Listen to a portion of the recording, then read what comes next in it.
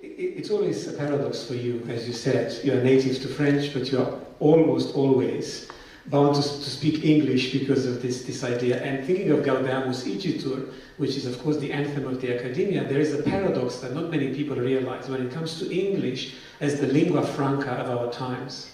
When Latin became the lingua franca of Europe in the 11th, 12th century, and afterwards Gaudeamus emerged as an expression of that academic identity, no particular country was speaking Latin language anymore.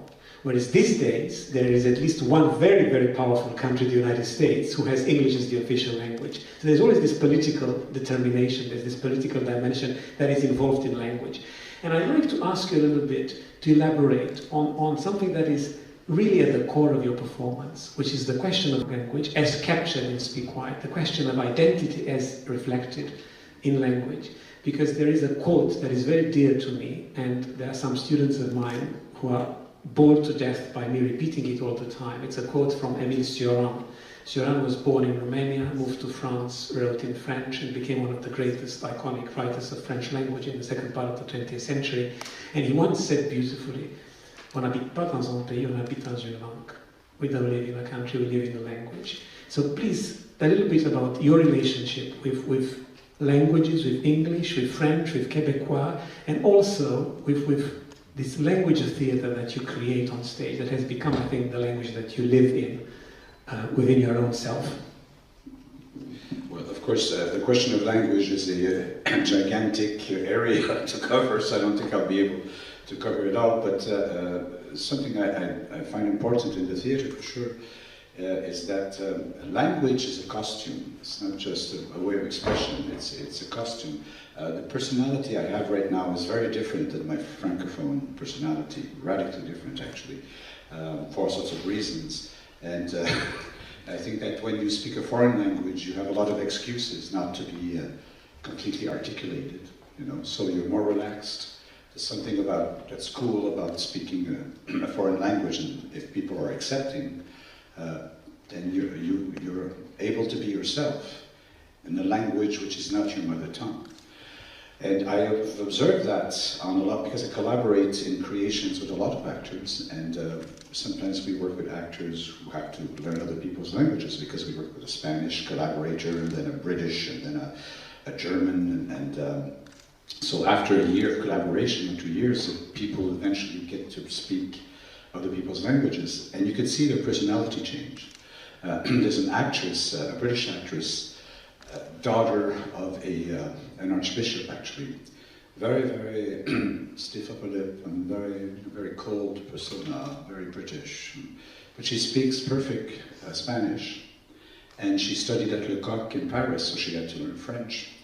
So when she speaks French, she's suddenly very playful and very, you know, naive and positive and all that. And when she speaks Spanish, she's just like, you know, this slut from hell.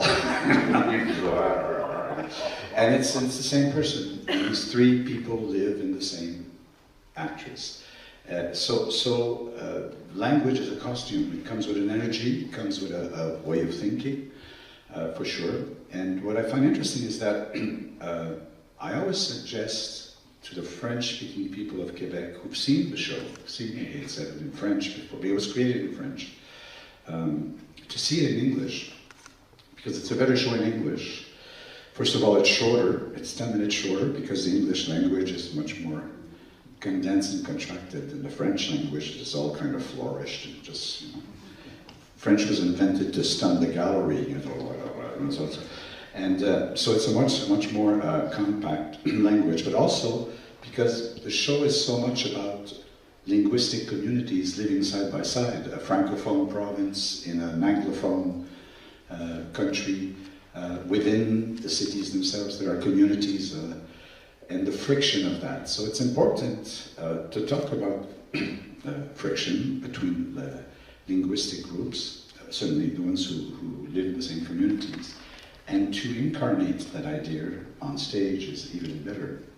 So the show is better in English, though it does debate the question of using a language to oppress another. But that is interesting in this because suddenly you shift all the time, and you can see that these two languages are trying to speak to each other, and a lot of things are lost in translation. That's the beauty of theatre, I guess, and that deserves a round of applause indeed. What is lost in translation is the charm of everything.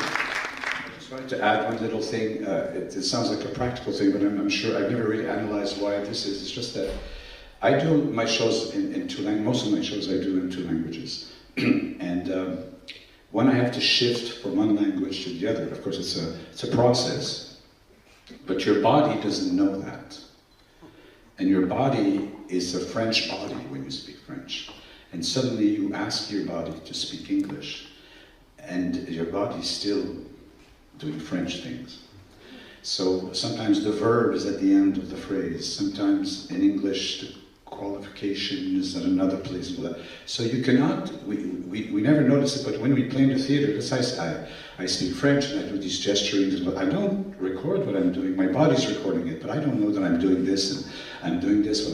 But then after that, when I switched to English, I tried, the words are not supported. I can't do this while I'm saying that word.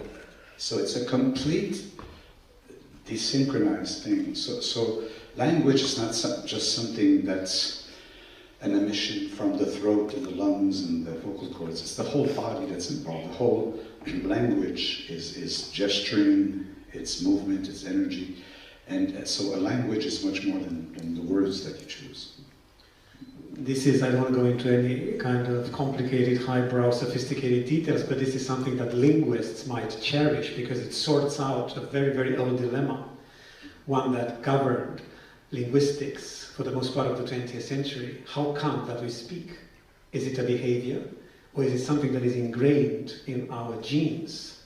Skinner, the great behaviorist psychologist from the United States, says it's a behavior, and Chomsky said no. It's something that is an internal process.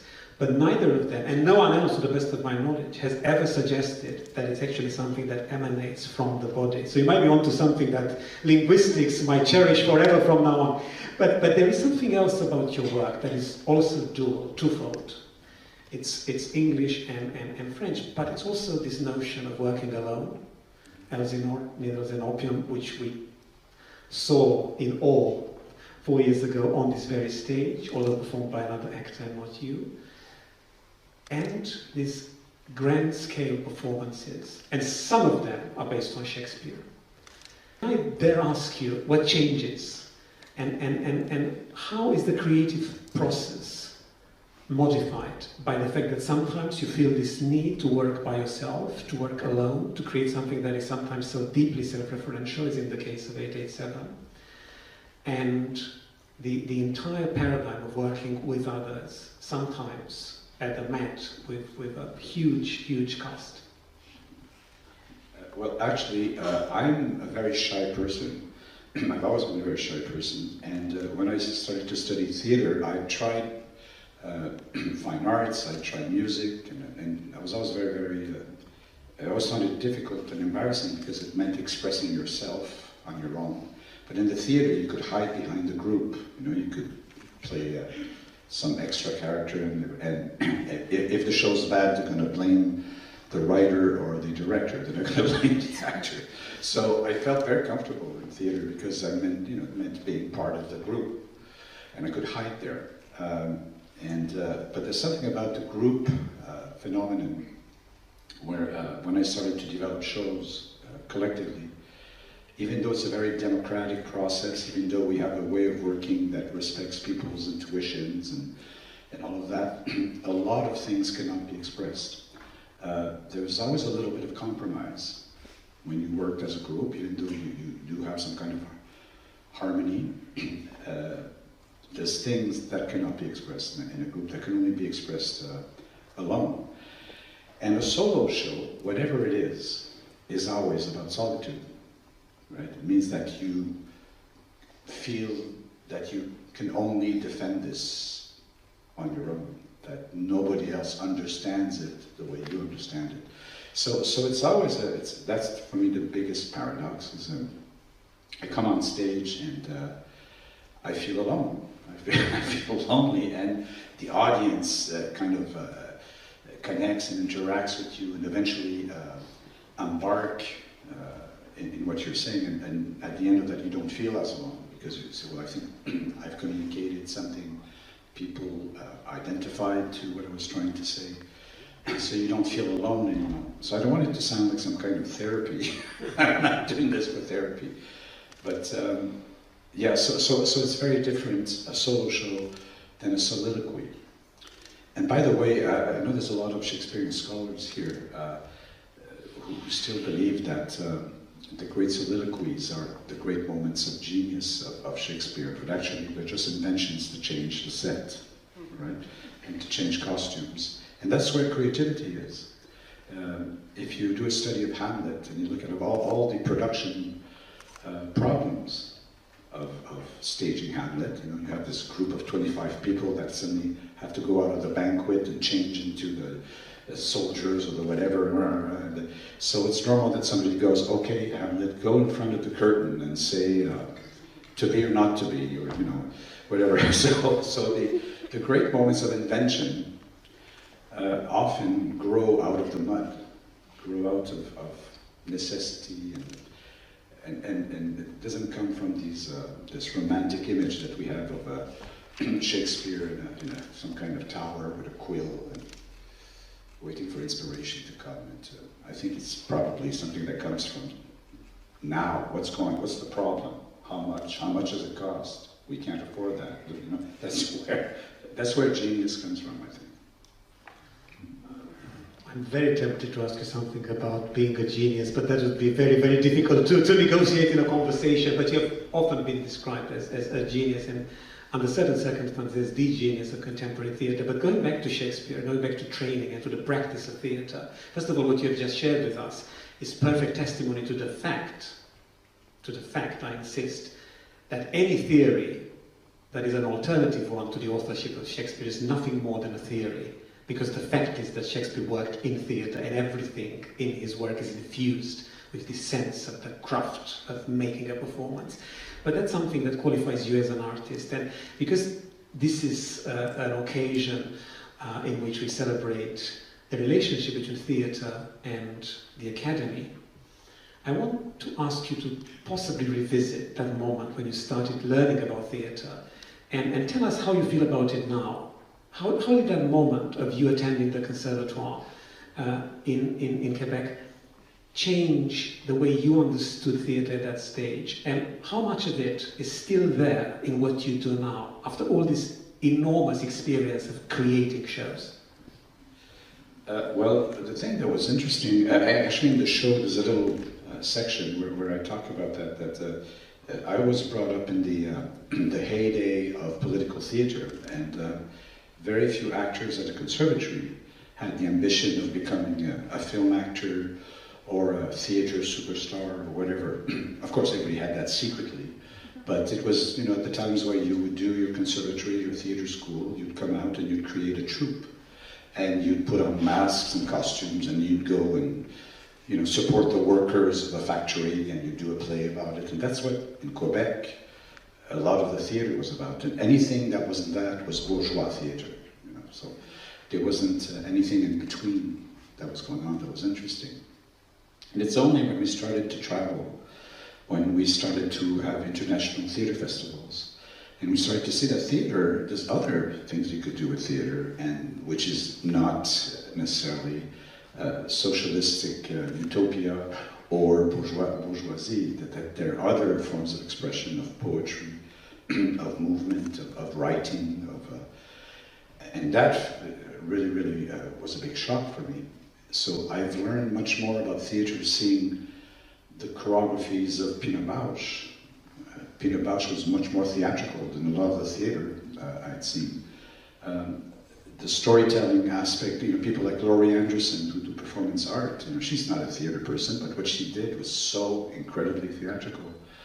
And also people I got to collaborate with, like Peter Gabriel, for example, who used to do these shows at the time where he was with Genesis, where he would put costumes on, and he'd put on a dress, and he'd play the part of a woman. And so theatrical rock taught me much more about theatre than the Molières that I was seeing and the bourgeois theatre that we could see in Quebec City or Montreal at the time. So that's why it's very strange for me to talk about that period, because my theatre idols weren't theatre people, you know, but there was a theatricality in the culture that was very, very inspiring. So I guess the lesson that everybody should learn from this is that, as a matter of fact, you have to immerse yourself as an artist into that kind of environment that is fertile and that says something to you, apart from just acquiring the craft from going to classes. But in terms of these collaborations that are very intimate, they're very different from you working with a great ensemble somewhere in London or in New York.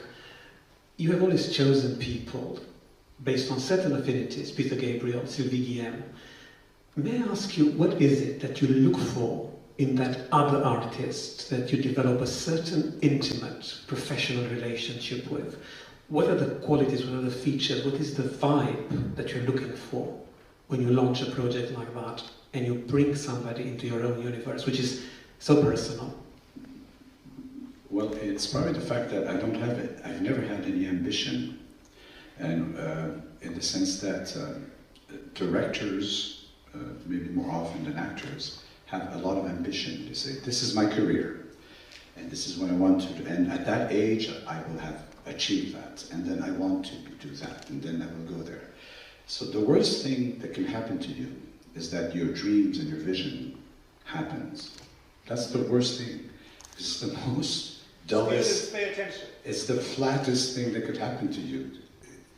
I'm here, I'm 20 years old, and at 50, I will have achieved that. That means you haven't learned anything. That means nothing has happened to you during these 30 years. So I'm always interested in people that I would bump into and they make me sidetrack and bring me in a place I don't know anything about.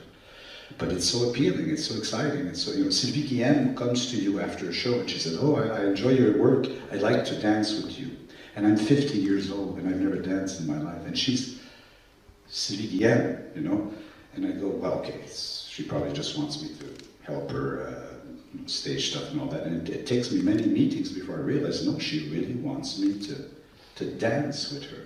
But I'm 50 years old, you know, I'm not So you say yes to that.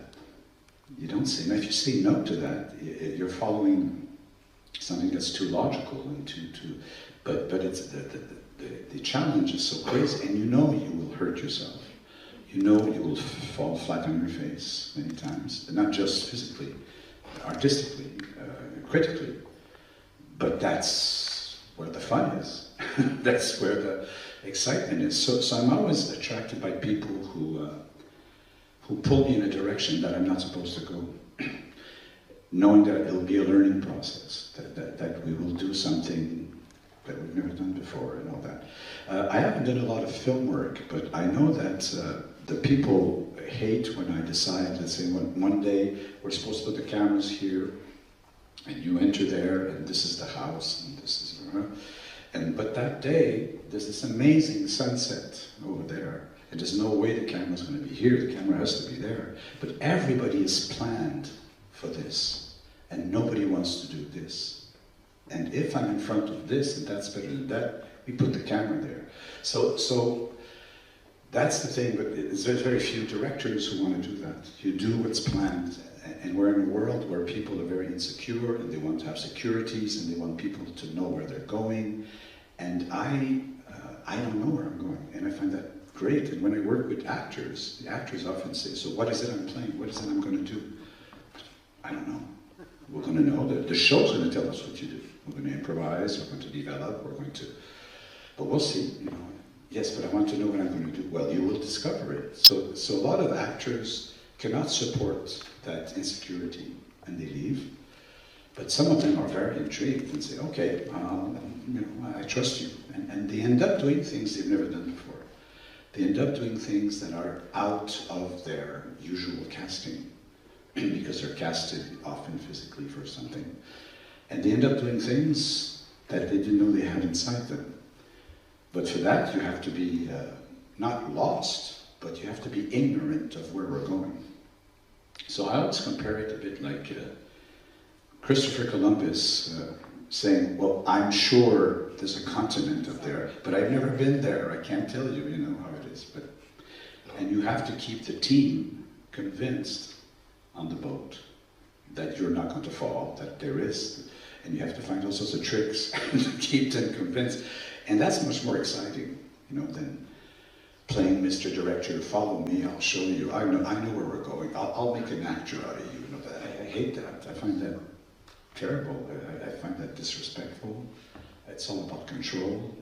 I'm not into control. I think we're in a world which is all about control. So anyways, I'm just going on and on and on, but what I'm trying to say is that anybody interesting that shows up on my path who really challenged me, it's not just a personal challenge, it's a challenge artistically. It makes you discover things and reinvent what you do, and it's a much more exciting path. There's no doubt that's definitely worthy of a lot more appearance than this. Because my impressive, and I know that this is a concern for you today because of the voice and everything else. I'd like to add I don't have any more. This is a confession I have to make. I shared some of my lozenges with Manuka honey from New Zealand with Robert Lepage, and they work miracles, but I've run out of them. It's like this, I think, in theatre for an artist. Sometimes you feel that you run out of creativity, inspiration. And this is a cliche that I'm going to ask. I make no apologies for it because I believe there is an argument of substance behind it. How do you manage to avoid that moment when you run out of these new options? How do you manage to avoid going back to what you know? How can you succeed in making mistakes and learning from them when you are, whether you like it or not, a master of contemporary theatre? I know you don't like it, but you are. It's very difficult to avoid that. Yes, but the question refuses to go away. How do you manage to keep that openness of your mind and of your heart that embraces the challenges of the present when you have such a rich past already of almost 5 decades in the theatre? Okay, so what's exactly the quote from Einstein? In French it's rien ne se perd, rien ne se crée. Nothing. But nothing is lost, nothing is gained, everything is transformed. Say that again. So the quote that I believe is semi-apocryphal, but often attributed to Einstein is, nothing is lost, nothing is gained, everything is transformed. Yeah, that's his description of the universe, or his explanation of the universe. So that's what it is in the way we work, is that you do something, and then there's some things that are really good, there's some things that really suck, but we have to present it in front of an audience in 2 weeks. So we do it. The audience reacts very well to the things that really work. Things that we thought that sucked actually don't really suck because there's actually a use for them. But there's things that really suck, so then you have to take it out. But what you take out, it falls in fertile ground. It will go into the ground and it will show up again in another show, in the same show but 2 months later, but it will grow back in another form, and it will exist where it, and in the form that it should exist. And that I've verified many times. Of course, in the first shows I was more pessimist about that. But you have to trust the process, and things inform each other. So I admire a lot directors or writers who work on projects for 5 years on one project. I find, but I have a too short span of attention to do that. So I do 12 projects. But the problem of this project finds its answer in that project. And that project is a circus project. So why would it solve an opera project? And why would it? So instead of creating a planet for 5 years, I create a cosmos. And you have all these different things that inform each other. So I always trust when I find a blockage or something else, well, the solution will show up by itself. And you don't really need to think about it that much. There's something in your system that will pop up and take care of it. So that's why I'm not too concerned about that. And to give an example, I don't want to sound pretentious, but for all sorts of reasons, we did a terrible show called The Seven Streams of the River Ota in its first incarnation, which was a 3.5-hour show. And it was the opening show of the Edinburgh Festival. All the press of London came up, killed it. It was the worst thing ever. And they were right, it was terrible. But we all knew, we had worked on it for a year, that it was a really good show, but in its present incarnation, it was a catastrophe. But we didn't throw it away. People would usually throw it away. We continued working on it and working on it. And 3 years later, we performed at the National Theatre in London. And in the year 2000, the same press that said it was horrible said it was one of the best 10 shows of the 20th century.